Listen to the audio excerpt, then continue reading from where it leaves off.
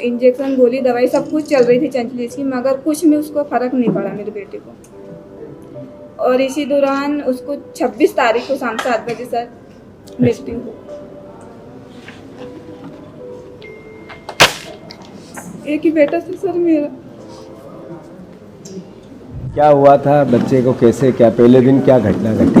Sir 16 तारीख को चंचलेश को फीवर आया था, बुखार थी। हाँ। तो हमने प्रवीण सोनी घर लेके गए थे उसको। 7 साल का था बेटा? हाँ 7 साल का था मेरा हाँ, बेटा। हाँ। तो उसने 2 सिरप दिए थे, एक सर्दी खांसी की, एक बुखार की। हाँ। और टैबलेट आई थी 2। हाँ। उसमें दर्द दूसरे दिन से ज़्यादा होने लगा।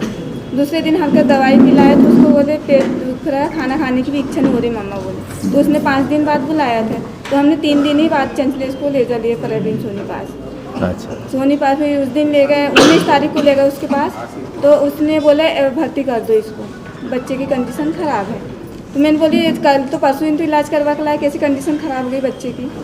तो बोले भर्ती कर दो। तो हमने सर भर्ती भी करे चंचलेश को। तो उसने एक बॉटल लगाया और एक इंजेक्शन लिखा था। तो वो इंजेक्शन लाए, बच्चे को जैसे इंजेक्शन लगे बच्चे को चक्कर आ गया अचानक से। मम्मा बोले कुछ दिख नहीं रहा, चक्कर आ गया मेरे को। तो मैंने डॉक्टर जो के गई सर इसको चक्कर आ गया चंचलेश को।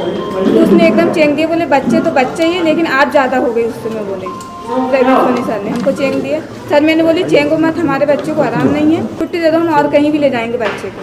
तो बोले कहाँ ले जाएगी? मैंने बोली सर हमको जहाँ लगेगा वहाँ ले जाएंगे, हमारे बच्चे को आराम नहीं है, पेट में इतना दर्द, बच्चा रात भर का उल्टी कर रहा है, कुछ भी हमको आराम नहीं है यहाँ पर इलाज करवाए। तो फिर सर उसने वहाँ से हमको सरकारी हॉस्पिटल के लिए छुट्टी करवा ली हमने, छिंदवाड़ा। तो हमने बोले सर सरकारी में सरकारी लायक के इलाज होगा, बच्चे की कंडीशन ख़राब हो गई तो नहीं होंगे तो हम जैन श्रीवास्तव जो भी दिखा देंगे प्राइवेट में। तो प्रवीण सोनी सर ने कुछ नहीं बताया, हल्की सी गुर्दे में सूजन बताया था, बोले गुर्दे में सूजन है बच्चे को। तो फिर हम जैन श्रीवास्तव जो भी गए सर वहाँ से 19 तारीख को 4 बजे। तो उन्होंने जो फाइल देखी यहाँ की प्रवीण सोनी घर की, तो बोले बच्चे की किडनी काम नहीं कर पा रही है और बाथरूम नहीं बन पाई। उसी दिन से सर चंचलेश की बाथरूम नहीं हो रही थी 19 तारीख से। तो बोले जल्दी से जल्दी तुम नागपुर ले जाओ, यहाँ इसका इलाज ट्रीटमेंट नहीं होगा। तो फिर सर हमने पैसा दे लगी कैसे भी व्यवस्था करें। सर कहाँ का? तो उन्हें कलश हॉस्पिटल का दिया था जैन श्रीवास्तव सर ने, बोले प्राइवेट है। सर मैंने बोली इतनी कंडीशन हमारी नहीं है, सरकारी का भी दे दो, अगर होगा तो हम प्राइवेट में भी दिखा लेंगे। तो फिर उन्होंने 2 जगह का एड्रेस दिए थे सर। तो हमने कलश में ले गए पहले तो चंचलेश को, वहाँ एडमिट किए 19 तारीख को। और वहाँ से 19 तारीख से एडमिट किया तो उसने यानी कि इलाज तो शुरू किया वहाँ पर, मगर बच्चे को आराम नहीं लगा सर। बाटल लगी, इंजेक्शन लगी, उसके अलावा कुछ भी नहीं, तो नहीं होगा। और अगर उसको इलाज करते हैं अपन किडनी का तो दिन का 40 से 50 हज़ार का खर्च है। और जो डायलिसिस होगी उसकी मशीन खून की तो वो अलग से चार्ज लगेगा।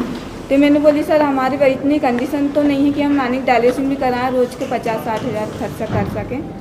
तो बोले क्या करेंगे इसके लिए? बच्चे बोले महीना में ठीक हुआ है, 6 महीना में या साल भर में, कुछ कहा नहीं जा सकता इसका, कंडीशन बहुत ज़्यादा सीरियस है बच्चे की। तो सर हमने वहाँ से हमने बोले सरकारी हॉस्पिटल में ले जा लेंगे चंचलेश को। फिर वहाँ से सर एक छुट्टी ले ली हमने 20 तारीख को, एक रात एक दिन रहे मेडिकल कॉलेज में। तो फिर सर कॉलेज मेडिकल में आ गए, वहाँ पर एडमिट किया चंचलेश को 20 तारीख को। वहाँ भी इलाज तो हुआ लेकिन सर में चंचलेश को आराम कहीं नहीं लगा, बहुत तकलीफ थी बच्चे को, बहुत पीड़ित था दर्द से, पेट भी दर्द और बोले सर भी मम्मा बहुत दुख है, रात भर बच्चे सो नहीं पा रहा था मेरा। फिर वहाँ 20 तारीख को तो हुआ, इंजेक्शन गोली दवाई सब कुछ चल रही थी चंचलेश की, मगर कुछ में उसको फ़र्क नहीं पड़ा मेरे बेटे को। और इसी दौरान उसको 26 तारीख को शाम 7 बजे सर मृत्यु हो। एक ही बेटा था सर मेरा। आप पिता है? हाँ। क्या काम क्या करते हैं? मजदूरी करते। आपका आयुष्मान कार्ड नहीं बना होता? अभी नहीं बना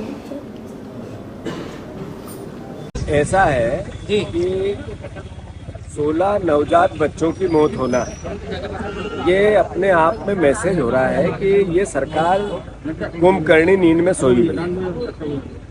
जो बयान आया था आदरणीय स्वास्थ्य मंत्री जी का, उसमें कहा गया है कि वो तत्व इस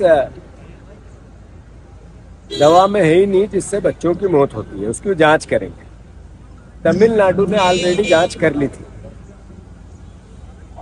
ये 16 बच्चों की मौत किसी भी भयावह स्थिति को नहीं दर्शाती, सरकार की सरकारी हत्याओं के चेहरे को बताती है। आज मुख्यमंत्री जी भी आ रहे हैं।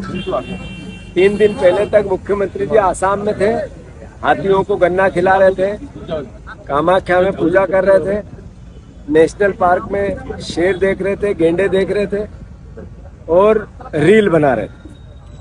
अभी जब वो यहाँ आ रहे हैं तो सबसे पहले इस धरती पे उतरे उससे पहले बर्खास्त करें स्वास्थ्य मंत्री को, तो उनके सार्थकता दिखेगी यहाँ आने की। अन्यथा केवल लिपापोती का मामला चलेगा। मुख्यमंत्री जी, धन्यवाद आपको कि आपकी नींद खुली और आप 5 दिन बाद ये बच्चों की मौत का तांडव मचता रहा और आप छिंदवाड़ा आ रहे हैं, पर भोपाल बैठने से पहले आप स्वास्थ्य मंत्री को बर्खास्त करो तो आपको आने का महत्व है। अन्यथा आप आपका चेहरा पे जो कालिक पुती है उसको पोंछने आ रहे हैं, बच्चों को संवेदना देने नहीं आ रहे। तो मैं फिर से धन्यवाद। भैया सिर्फ एक डॉक्टर के ऊपर इस मामले में एफआईआर हुई है और किसी भी डॉक्टर को ये पता नहीं होता है, वो लेबोरेटरी नहीं है डॉक्टर। आपने जो तत्व दिखाए हैं उसके आधार पे वो लिखता है। पूरे मध्य प्रदेश में दवाई बिक्री है जी। एक डॉक्टर ने लिखी, सारे डॉक्टरों को बर्खास्त करोगे? बर्खास्त करना चाहिए स्वास्थ्य मंत्री को, बर्खास्त करना चाहिए ड्रग्स का जो कंट्रोलर है उसको, बर्खास्त करना चाहिए पीएस स्वास्थ्य को, बर्खास्त करना चाहिए कमिश्नर स्वास्थ्य को, इनको करना चाहिए। ये एक डॉक्टर को बताने के लिए कि हमने कार्रवाई की और स्वास्थ्य मंत्री को छोड़ना चाहते हैं, आपकी जिम्मेवारी से बचना चाहते हैं। मुख्यमंत्री की संवेदनशीलता तब दिखेगी इन बच्चों के प्रति, तब जब स्वास्थ्य मंत्री को अभी बर्खास्त करके हेलीकॉप्टर में बैठेंगे। अब अपने सपनों की पढ़ाई कीजिए अपने ही शहर के पास। सागर शहर से मात्र 12 मिनट की दूरी पर स्थित है ज्ञानवीर विश्वविद्यालय, जहां आपको मिले सुविधाजनक बस सेवा, आधुनिक कैंपस इंफ्रास्ट्रक्चर, अनुभवी शिक्षकगण और एक उज्जवल करियर की गारंटी। यहाँ उपलब्ध है प्रमुख पाठ्यक्रम जैसे management, pharmacy, agriculture, engineering, law, fine arts, hotel management, संगीत और नृत्य, पत्रकारिता और जनसंचार, परफॉर्मिंग आर्ट्स, जनरल कोर्सेज, शारीरिक शिक्षा, योग, पीएचडी सभी विषयों में। नए सत्र के लिए प्रवेश प्रारंभ हो चुके हैं। अधिक जानकारी के लिए संपर्क करें 977 0 522 117 या 977 0 523 279।